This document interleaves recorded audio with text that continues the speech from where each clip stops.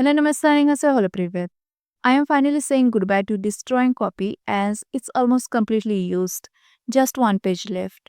I will be dividing that last page into 4 pieces, so you will still get to see 4 more drawings from it. I have been using this copy for the past 2 years, and it's kind of special to me. Now you might be thinking, what's the big deal about it? Just buy a new one. But here's the thing, the place I bought it from never gets the same one again. The shopkeeper brings random drawing books, so it's hard to find this exact copy again. Anyway, I have already got a new drawing copy and I will show it to you in one of my upcoming videos. Well, to begin with, this drawing is mainly for beginners who are looking for something simple and easy to draw.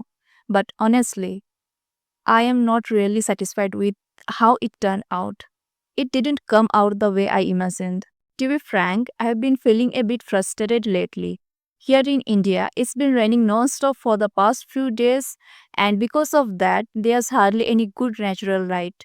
I usually get just 2 hours of sunlight in the morning, and after that, it's either cloudy or raining. That's why I often rush to finish my drawings quickly in those 2 hours.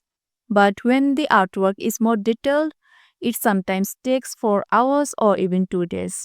So during this rainy season, you might notice that my drawings aren't at their best. Still, I'm trying my best, and if the weather clears up on any day, I will definitely sit down to draw something more polished. Today was one of those rush days.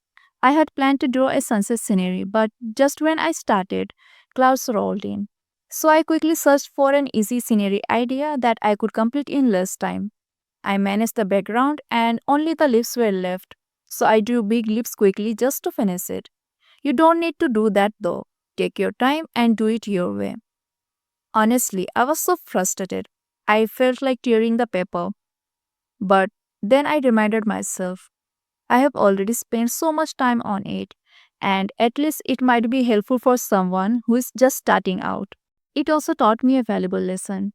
Not every drawing will be perfect, and that's okay. Sometimes our art reflects our mood. For me, when my mind is disturbed, my art often struggles.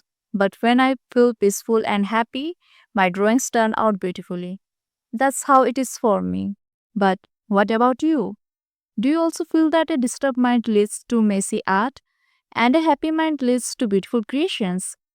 Or is it opposite for you? Let me know in the comments.